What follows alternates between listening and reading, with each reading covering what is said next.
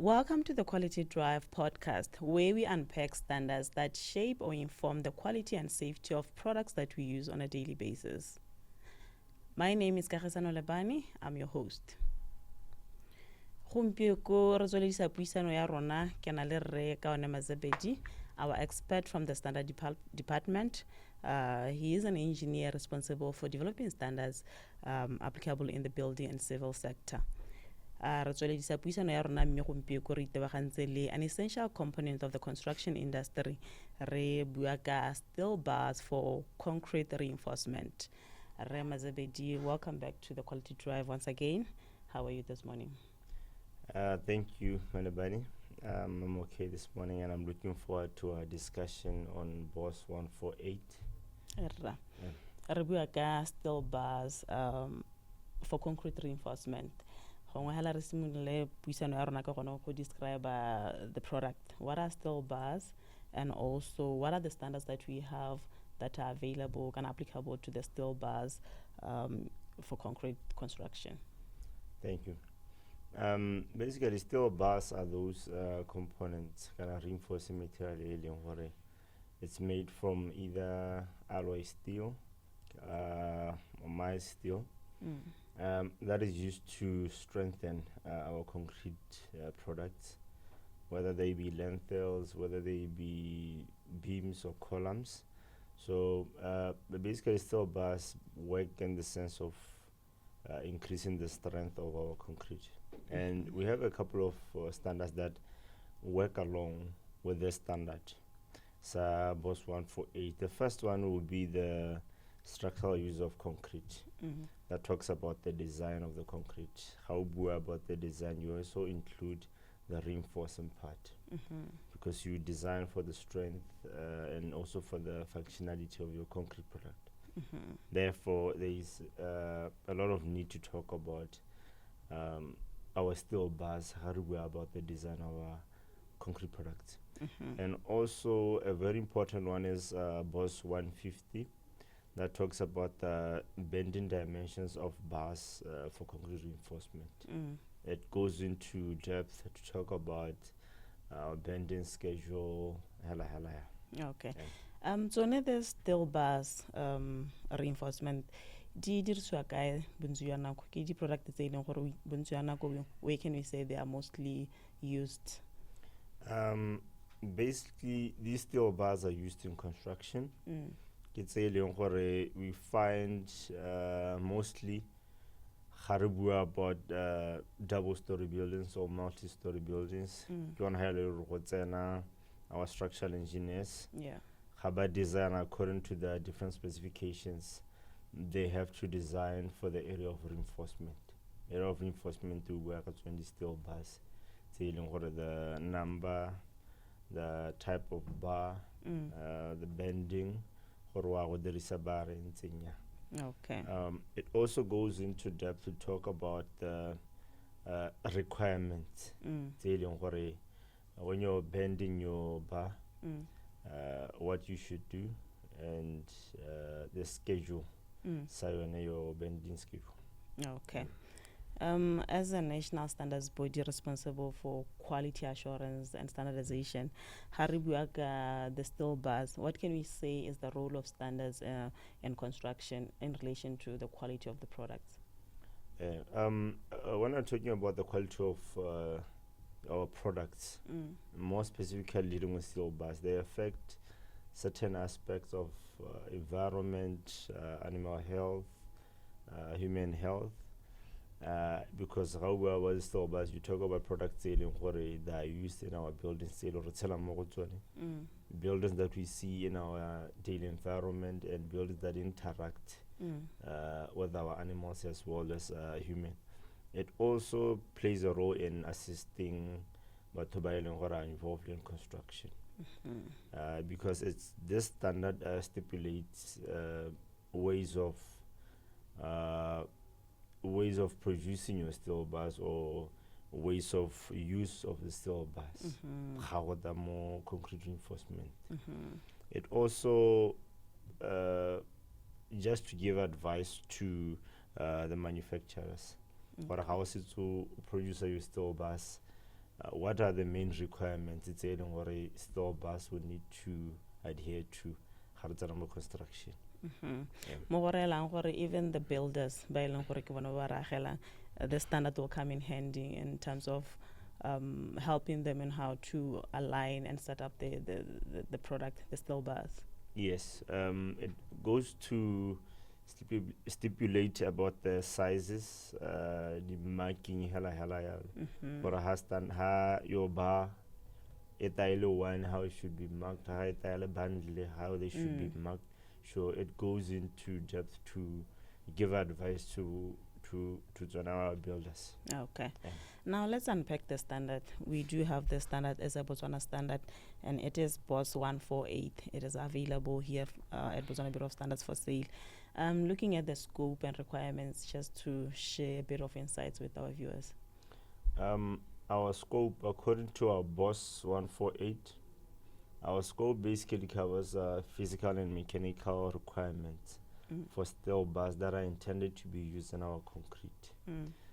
Basically talking about the reinforcement area, about the concrete. It doesn't go into the design part, like I said earlier. The design part is covered by another standard. Okay. I think it's BOS 214 Part 1 and BOS 536 Part 1. Those are the standards that talk about the design. And other requirements that this standard covers, it goes into depth to talk about the finishing and the appearance of our steel bars. It should be clear from cracks, how it should appear, whether it's a flat bar, whether it's a deformed bar. Okay. It talks to the nominal size. Nominal size gives when it's the bars are differentiated in terms of diameter. From this standard covers steel bars from 6 to 40. Those are in the construction industry would have a better understanding of those sizes. Okay. And it also goes to talk about the mass. When you talk about the mass, it differentiates for the bar size 6 and 40, how much they should weigh in relation to the size. Yeah. It talks to the tensile properties, that is the strength of our bar, and also the resistance to cold bending. When the condition of the atmosphere change, material or steel tends to have a deformity, tends to adjust to the conditions. So it also talks to the allowance for at this temperature, this is the allowable deformation. Okay. This standard also talks about the marking, like I said earlier, or when your individual standards, how your individual bars rather, how they should be marked, and bundle, how they should also be marked. It also talks about the inspection or method of testing. Basically, these methods of testing test according to the requirements. The requirements such as diameter and other dimensions, and the mass, like I said earlier, as well as the tensile strength, bending test, rebend test. For how your bar is now bend, can you change the shape and rebend it again into another shape. It also goes to show the limit of cracking, or how your bar, how it should deform, and when it deforms, what's allowable. Okay. In the standard, we have a couple of annexes. They give a representation of the cross-sectional area in relation to the nominal mass, and also in relation to the mass per square meter of the steel bars. It also gives a representation of the chemical composition of bars. If it's mild steel bar, how the chemical composition should appear. It also goes to talk about the shape of our cold reduced steel bars. Those are just some of the requirements they are in this standard Subos 148. Okay. Now, as someone who has experience and a bit of background modulonsa construction, what can you share with us on where the common concerns that are common in the industry with regards to the quality of the steel bars? How can one identify a good quality product from a substandard product? Okay. Basically, some of the concerns that we find in relation to these steel bars is the final appearance. The final appearance, you find that these steel bars, or the builders or the users of these steel bars complain about the rusting. They find that these steel bars in the different distributors, either retailers or middlemen, and they tend to form a rusty layer. And that's some of the concerns. But with regards to the steel bar, there is a certain level of allowance. Your rusting should not affect the performance of the steel bar. It should not adhere, or it should not break the requirements of the standard. Yeah. How your steel bar area 6, for example, there's a certain level of strength in bar 6 should be able to produce. Whether it has been in storage for years or months, it should still adhere to the requirements steel bar. Okay. And then for one to identify what is a good quality product, is there any, you talked about markings, or this is a good quality product, has been checked by so and so, to avoid buying and using a substandard product? Basically, to adhere to what we call good practice, more standardization, there are certain aspects what a BOPS provides, certain services that BOPS provides that could assist in that. I'll just sample two. The other one being certification. The products what are BOPS certified, that goes to adhere to the quality of the product, or this product adheres to the standard. And with relation to the steel bar would have to adhere to BOS 148. So that's a good sign to show that this standard or this steel bar is of a good quality. And also, BOPS provides testing facilities. Yeah. Sure, for a steel bar have been tested, they can ask for the testing certificate.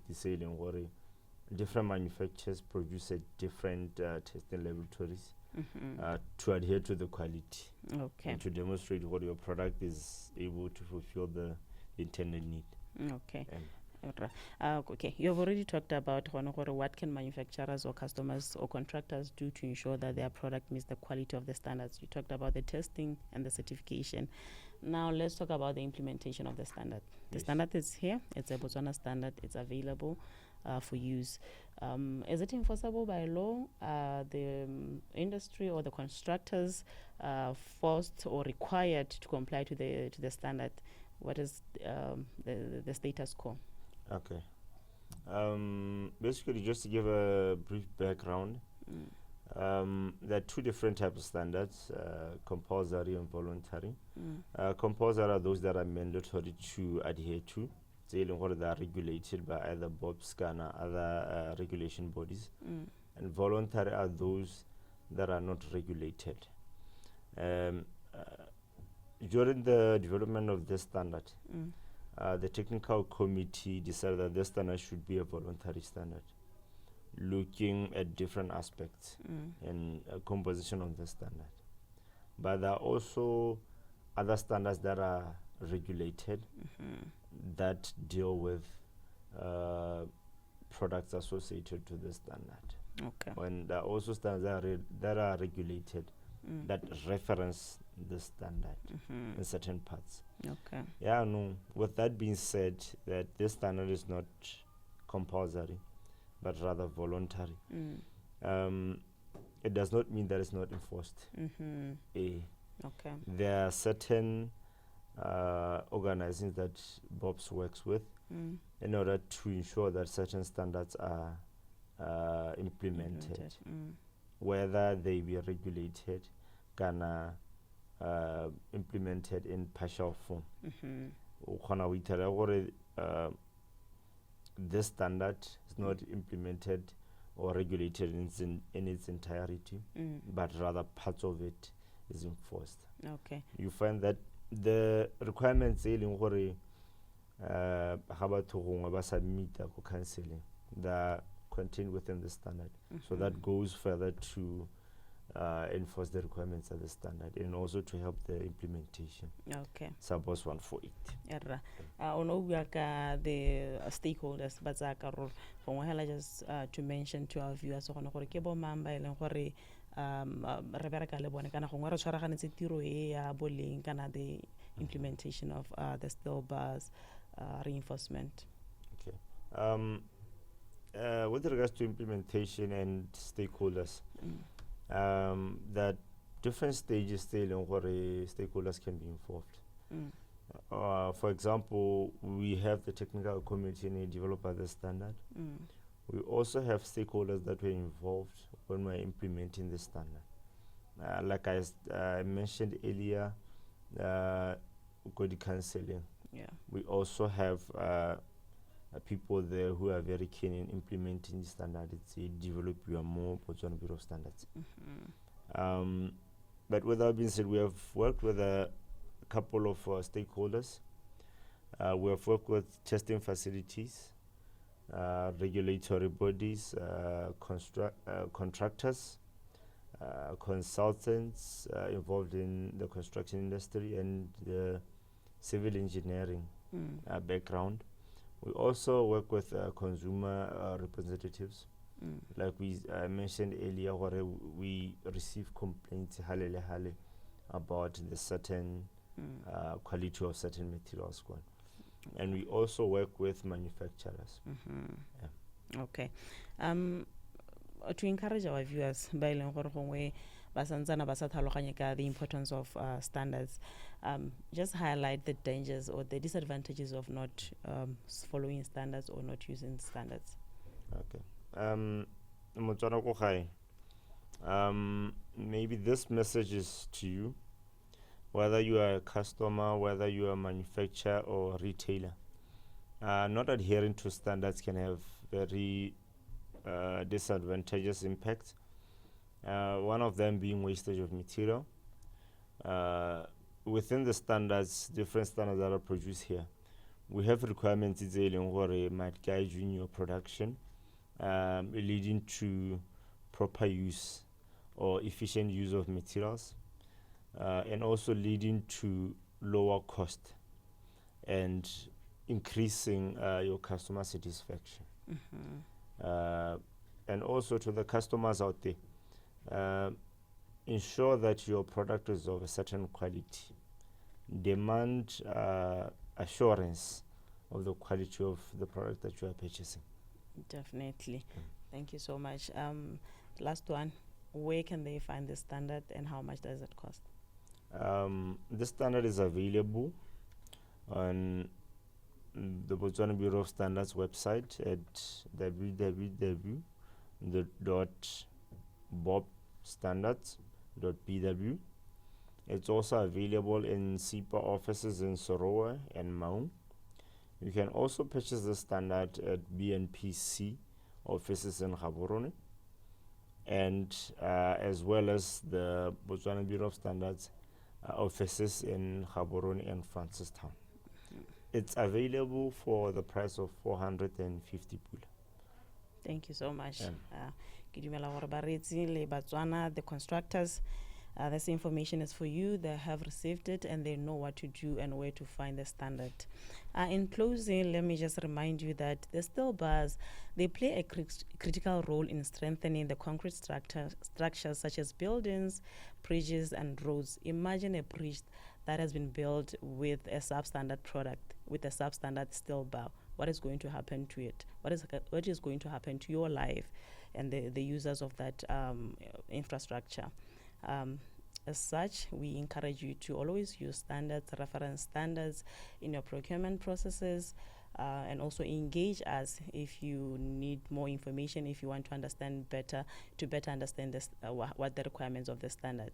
And if you are interested in knowing more, you can contact us at 390-3200 or visit our offices in Block 8 Gaborone at plot 55745. Just along Airport Road, or visit our branch office in Francistown at plot 44149 at MVA Fund House. Until we meet again next time, stay safe and always demand quality.